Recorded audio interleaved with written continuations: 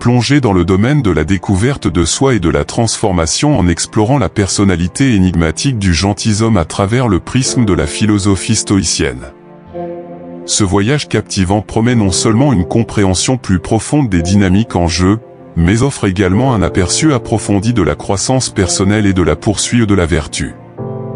En nous appuyant sur la sagesse intemporelle du stoïcisme, nous dévoilerons les complexités de l'archétype du gentilhomme et révélerons comment les principes stoïciens de maîtrise de soi, de résilience et d'engagement inébranlable envers la vertu peuvent permettre aux individus de transcender cette personnalité et d'émerger comme de véritables individus.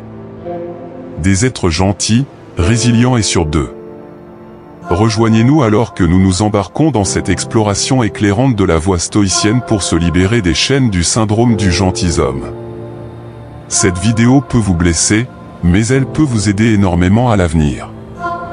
La vérité est que beaucoup d'hommes entrent dans la catégorie des gentilshommes sans même s'en rendre compte. Peut-être que vous ou quelqu'un que vous connaissez agissez toujours comme un gentilhomme. Si vous êtes un gentilhomme, ce n'est pas de votre faute. Cela pourrait être dû au fait que vous avez grandi sans père, à cause d'un système éducatif à prédominance féminine, de la vague d'un féminisme extrême, ou peut-être d'une combinaison de tous ces facteurs. Il est impératif de faire la différence entre être véritablement gentil et incarner le personnage d'un gentilhomme. La croyance fondamentale de tous les hommes gentils est que s'ils sont excessivement gentils et accommodants avec tout le monde exaucera à son tour tous leurs désirs. Cette croyance est cependant ancrée dans le fantasme. La dure réalité est que plus vous êtes gentil au détriment de vos propres besoins et désirs, plus vous devenez vulnérable à l'exploitation. Les hommes gentils utilisent souvent la gentillesse comme outil de manipulation pour obtenir l'approbation et éviter les conflits à tout prix. C'est un monde fantastique. La réalité est que plus vous êtes gentil avec les autres à vos dépens, plus les gens en profiteront. Mais si je vous disais qu'il y a un côté très sombre chez le gars sympa? Et si je vous disais que le gentilhomme typique n'est pas vraiment un homme vraiment bon? Les gentilshommes ne semblent être gentils qu'à l'extérieur, mais en réalité, c'est parce qu'ils veulent secrètement quelque chose en retour. Le gentilhomme est souvent une personne passive-agressive qui essaie d'obtenir ce qu'il veut par la manipulation tout en faisant semblant d'être gentil. Les gentilshommes recherchent toujours l'approbation et évitent les conflits. L'homme alpha est tout le contraire du gentilhomme. En matière de relations, le gentilhomme perd toujours face au mâle alpha. Le gentilhomme a une mentalité très autodérision, se mettant sur un piédestal et prétendant être le choix idéal. Lorsqu'il est rejeté, le gentilhomme insistera sur le fait que les femmes ne savent pas ce qu'elles veulent. L'homme alpha, cependant, ne gaspille pas son énergie à prétendre être quelqu'un qu'il n'est pas. Il s'en fiche si les gens ne les aiment pas pour ce qu'ils sont. Pour résoudre ce problème, vous devez d'abord reconnaître qu'il y a un problème. Le gentilhomme nie souvent qu'il est ignoré ou qu'il n'est pas pris au sérieux. Soyez objectif et honnête avec vous-même. Êtes-vous irrité ou amer dans de nombreuses situations parce que vous n'obtenez pas ce que vous voulez? Commencez à dire non aux gens.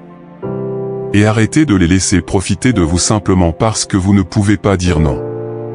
C'est normal d'être un peu égoïste dans la vie.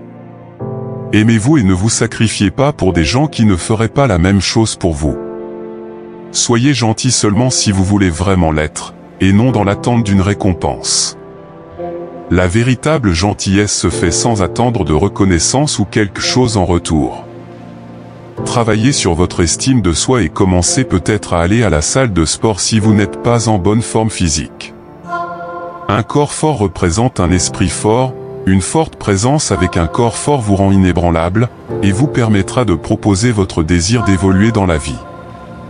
Pour établir un parallèle stoïcien, considérons le concept stoïcien de dichotomie du contrôle. Ce concept encourage les individus à concentrer leurs efforts sur ce qu'ils peuvent contrôler et à accepter avec sérénité ce qui échappe à leur contrôle.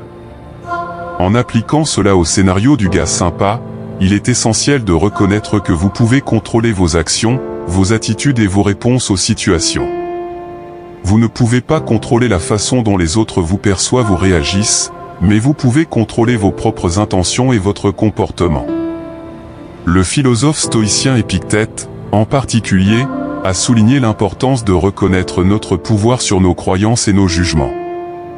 Dans le contexte gentilhomme, cela signifie reconnaître que vos croyances sur ce que signifie être gentil et vos jugements sur la façon dont les autres devraient réagir à votre gentillesse sont sous votre contrôle. Ces croyances et jugements sont au cœur du phénomène du gentilhomme et peuvent être transformés par l'auto-examen stoïcien. De plus, le stoïcisme favorise le développement de qualités vertueuses, telles que la sagesse, le courage, la justice et la tempérance. La vertu, selon le stoïcisme, est le bien le plus élevé, et le sage stoïcien aspire à vivre conformément à la vertu plutôt que de rechercher des récompenses ou une approbation extérieure. En appliquant ce principe, on peut s'efforcer d'être véritablement gentil non pas pour des raisons de reconnaissance ou de validation, mais parce que cela s'aligne sur les vertus stoïciennes et contribue à l'amélioration des autres. Dans le stoïcisme, l'idée de l'amor fati ou l'amour du destin est centrale. Cela signifie considérer tous les aspects de la vie, y compris les défis et les revers, comme des opportunités de croissance et d'apprentissage. Le gentilhomme qui fait face au rejet ou à l'adversité peut adopter cette perspective stoïcienne en considérant ses expériences comme des opportunités d'amélioration personnelle et de développement personnel plutôt que comme des échecs. L'approche stoïcienne encourage également le développement de la résilience face aux jugements et opinions extérieures.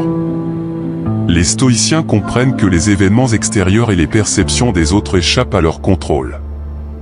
Par conséquent, ils restent fermes dans leur engagement en faveur d'une vie vertueuse, peu importe si cela leur vaut l'approbation ou la désapprobation.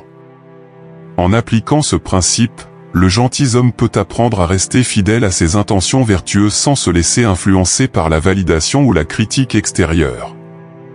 En résumé, adopter les principes stoïciens peut constituer un cadre puissant pour comprendre et aborder le phénomène du gentilhomme.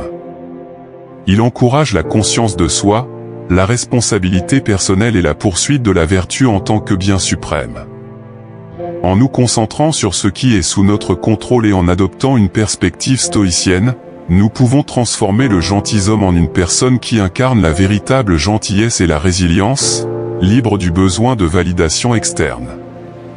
N'oubliez pas de montrer votre soutien en aimant et en vous abonnant. Votre abonnement à la chaîne est très important. À la prochaine.